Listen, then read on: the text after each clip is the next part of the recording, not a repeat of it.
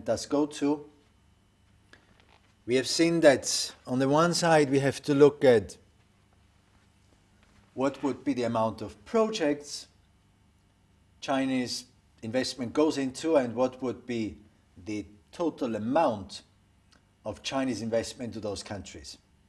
So more or less it's the same. More or less we see their focus is still on big markets and traditional markets like Germany, like France, and like England. On the other side, we've seen that there's a lot of investment, especially small projects spread everywhere, with not too high level of individual investments in the Netherlands. Now, where do they invest to? What are the main areas of investment when it comes to that investment in Europe?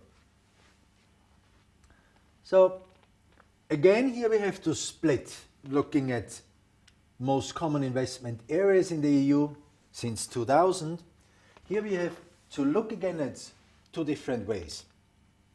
So the first way is trying to understand Chinese investment in Europe. It's based again on the number of transactions. Looking at the numbers of transactions and analyzing the different industries, we have here a listing of the 19 top industries where Chinese investment goes into. We can see that the number of projects or investment actions does not necessarily compare directly to the amount of what actually has been invested. So, looking at the number, what is based on the number of transactions, number one would be telecom and equipment and services. So Chinese is, and we later see from Chinese enterprises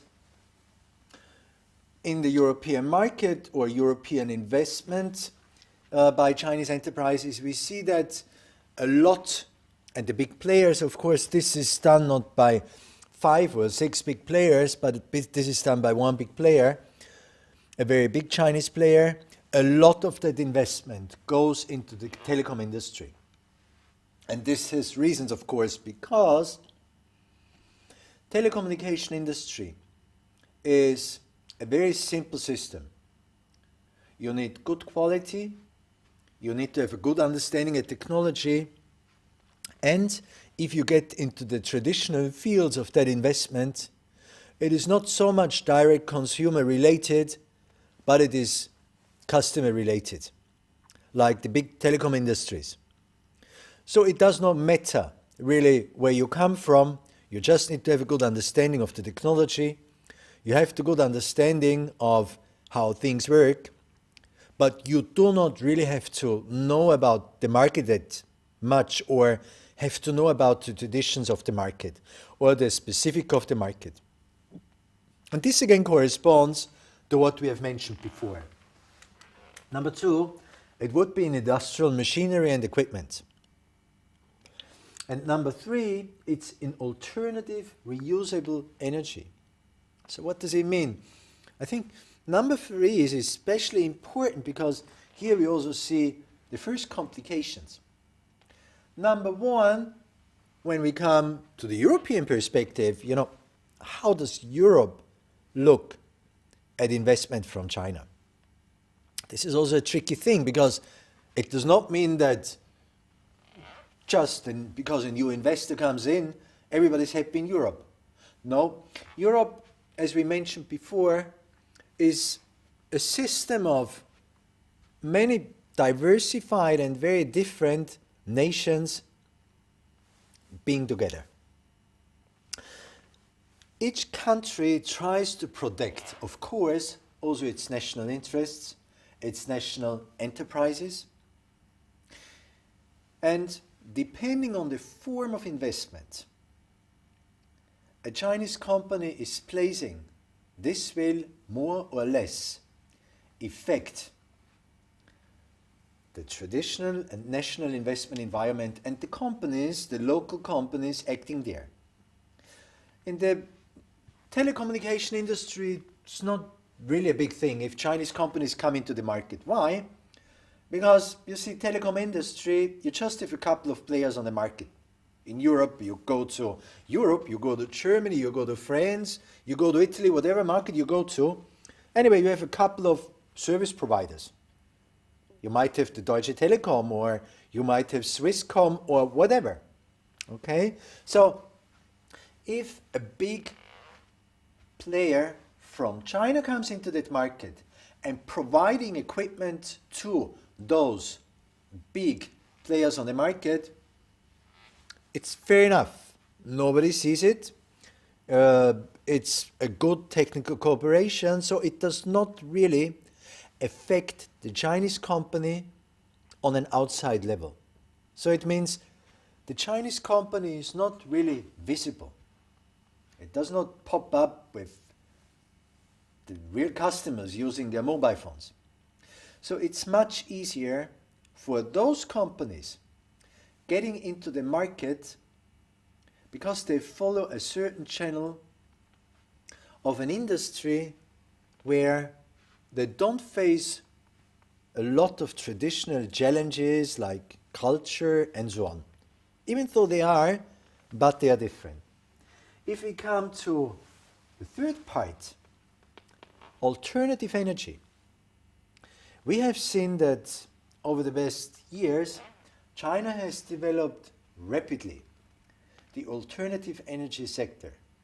We have seen that China invested very heavily into solar energy, into other forms of reusable energy, into other forms of alternative energy.